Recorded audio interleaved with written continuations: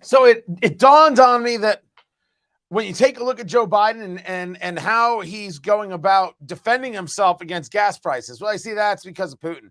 And inflation, well, that's because of the Republicans. And of course, the very idea of no baby formula, well, that's somebody else's responsibility. His entire administration is based on the Shaggy defense, right?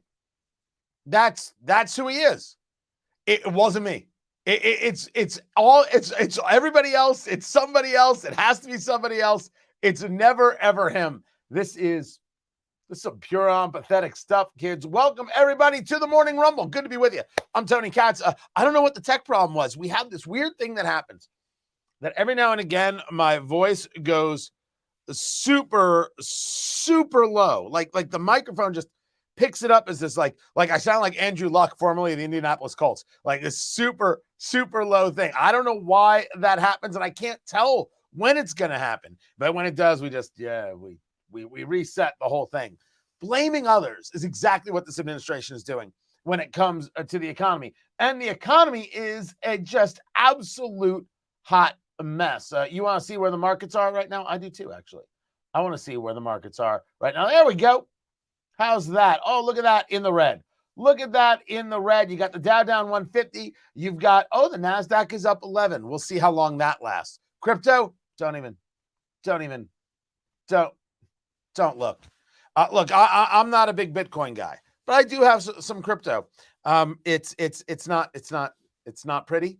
It's not good. It's not pretty. It's not fun. I'm not looking. Don't look at your 401k, whatever the hell you do. Good gosh. But he's going to blame this on somebody else. Of course he is.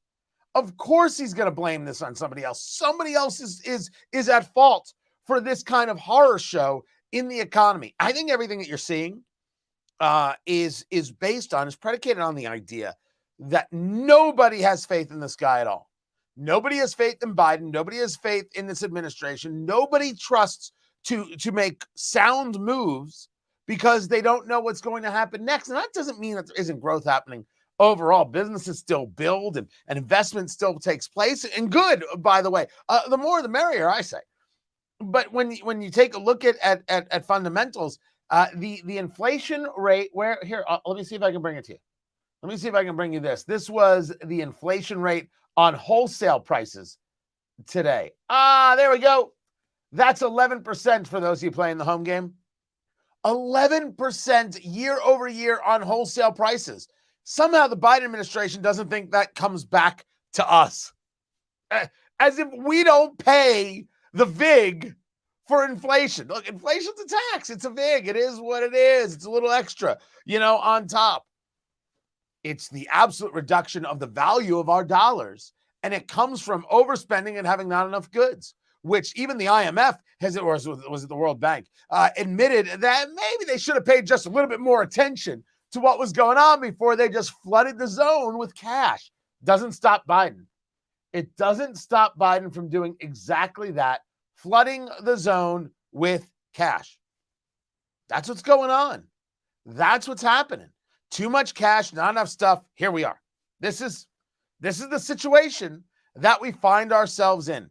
And it isn't going away. And Biden hasn't done anything to make it better. As a matter of fact, if you take a look and you listen to these people, they'll still tell you that it's Russia, Russia, Russia. At the root of it all, inflation is still a real problem. We've been clear-eyed in talking about the challenges driving inflation around the globe. As the president said yesterday, the first cause was the pandemic. The bottlenecks that has caused around the globe, and there's no doubt that Putin's unprovoked invasion of Ukraine has also led to higher commodity prices and pain for Americans at the pump. Nothing about him, nothing about their monetary policy, nothing about Keystone Pipeline. Admittedly, it would take a while for that oil to be flowing, but it would set in the mind the idea that we're okay with energy security in the United States, which the Biden administration isn't. I think one of the headlines was how they got rid of some leases and they didn't allow drilling in certain parts of Alaska. Now, there could be reasons for that outside of just the petty ideological nonsense reasons that can collapse and destroy a nation like ours. There could be some reasons, But man, bad optics. Bad optics when you're at $4.40 a gallon on average. Indiana, my beloved Indiana, it's $4.41. That's the average price. The highest, of course, is California, which is at like $5.80. A gallon is where it is. The average in the U.S., does anybody think it's not going to be $5 a gallon? That's where we're going. Everybody accepts it, believes it, and that's so much a part of the problem. They believe that things are bad, so it's kind of self-fulfilling prophecy that things become bad. And it certainly doesn't help when the administration doesn't know how to, focus on priorities. Remember, Biden told us just 2 days ago, inflation was the top priority. Can I ask on baby formula? There's been severe shortages throughout much of the country over many weeks and months, but particularly the last couple of weeks. What is the administration doing? What can you do?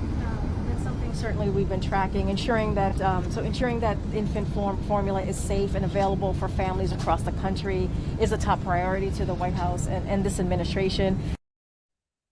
If baby formula was a top priority to this administration and for the country, why did Democrats have a vote on abortion laws yesterday that were absolutely draconian and would remove the laws all across the country? Note, I'm not having a conversation about abortion. I don't do that here with Americans for Prosperity, right? I talk about the liberty side of things, the economic side of things, cultural side of things. I'll leave the abortion conversation for my radio shows and for other times. But if you were really focused on the American people, this isn't what they asked for. Moms needing to feed their kids is a much bigger top line issue, a much more important issue than Chuck Schumer proving to his base what a progressive he is by voting for abortion regulations that would allow for the removal of bans on partial birth abortion in the states. That's just the fact. That's just 100% the way it is. It is incredible that they can make the claim that feeding kids is a top priority, and yet they don't do anything about it. This formula issue is giant. And I remind people, without being your doctor and telling you to, and I'm telling you to check with your doctor. We built a nation and a society and a civilization without baby formula. Meaning, yeah, it's great when you go to the store and just get it off the shelf, bloop, you got baby formula. I'm not saying no, but families grew without baby formula. There's a way to do this. And I'm in favor of people learning certainly how. That is different than why don't we have the baby formula on the shelves? And we don't have the baby formula on the shelves because of Abbott Laboratories, right? Their claim was that they had formula that killed 2 infants. But according to them, the FDA reporting says the bacteria didn't come from their formula. But the plant was shut down. They cleaned it stem to stern. It's 3 months later, and the plant's still not open. So why the hell isn't it open? Open the thing. Let's go to work. So someone's got to ask the Biden administration why this is still closed by the FDA. And maybe we should start taking a look at all these regulatory agencies that we've built, this 4th branch of government, the agency branch, recognize they have too much power, and let's bring that down by defunding them. That's how you get rid of them. Take away their dollars, they cease to exist. But if we want to discuss this as a policy conversation, as I have been, where the progressive left is, I got to share this with you from Katie Porter. This is stunning stuff. Katie Porter, Democrat congresswoman out of California. And it was Janet Yellen, the Treasury Secretary, who said first that abortion is important because it gets women back into the workplace. And you're like, there's no way. There's no way a human being said that. That's ghoulish. We should have legalized abortion because otherwise women are just going to have them babies. Exactly. I had asked that question yesterday. Turns out Senator Tim Scott had asked that question of Janet Yellen. It was great stuff. But this is now a theme. This is now a constant talking point amongst the progressive left. Check out Katie Porter, the representative from California. Well, I don't think they compare. I think they actually reinforce each other.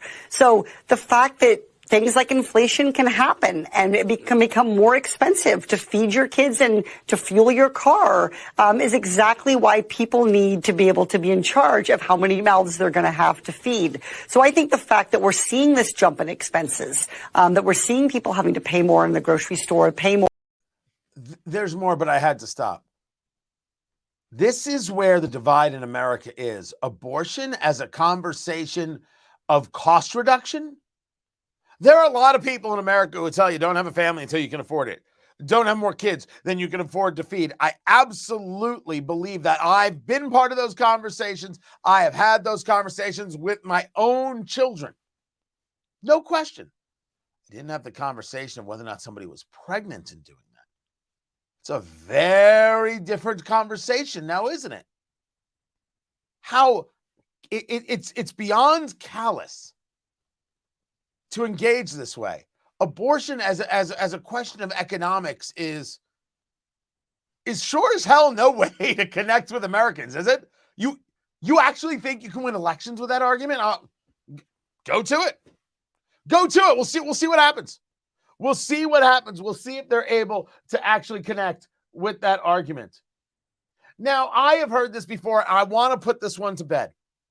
This is Kirk. Kirk, what's going on? Commenting, we do this on Rumble, but it also happens to go to YouTube and to Twitter, at Tony Katz on Twitter. So, hey, guys, what's going on? The baby formula shortage is the pro-choice plan B if they can't get an abortion. I'm sorry. That's too cute by half. There are too many things that have been going on that lead to this issue that have nothing to do with Roe v. Wade. Not everything is a conspiracy theory. The idea that they want to have kids starve to death because of abortion, because they want to keep abortion legal, is madness. What I would say is that there is a really weird bit of politics that they have engaged in here, that they are focused on the abortion conversation and not focused on the formula conversation. That says something about them politically that makes you go, ugh. And that's what America's doing right now. But the idea that it was somehow a plan, no, and no. I'm not buying into any of that. The idea that politically it shows some unbelievable callousness, as I was talking about. You're going to vote on this, but you're not going to vote on baby formula. And maybe putting dollars to it. Or maybe a conversation of the Defense Production Act. Or maybe a million things. Maybe pressure on the FDA, as I was just talking about. But nothing. That's all on them, by the way. All on them. It's a short one today for the Morning Rumble, brought to you by the good people at Americans for Prosperity, AmericansForProsperity.org. Love what they do. It's because we had a little bit of a tech issue, so I got to get back to it. I love that people are watching and we're seeing the thing slowly grow on Rumble, rumble.com/Tony Katz. I think I'm having a couple problems there too. And we're working out everything, but we keep doing and we keep building. I'm glad to see the people on Twitter. We're moving away from Facebook. We're moving away from Facebook. Locals, TonyKatz.locals.com. TonyKatz.locals.com. You're going to be seeing a lot more going on right there. It's going to be, free for some content, subscription for other content. It's the future, and the future is now. And that's where I'm going, because Facebook isn't interested. Whatever Facebook is doing to us, whether we're doing it, if we're making a mistake, we'll fix it. But we don't think we're making that many mistakes. We think it's them. And so we're just not going to put up with it anymore. And it's exactly why we're at Rumble as well. And if Twitter is going to, under Musk, if Musk gets the purchase, be a free speech place, I'm happy to stick around. I really am. But glad you guys go to Rumble, rumble.com/Tony Katz. Subscribe. It is free, and get all the videos that we're putting up a lot of things each and every day, things you got to see that you will not believe. I will catch you tomorrow, guys. I appreciate you. Take care.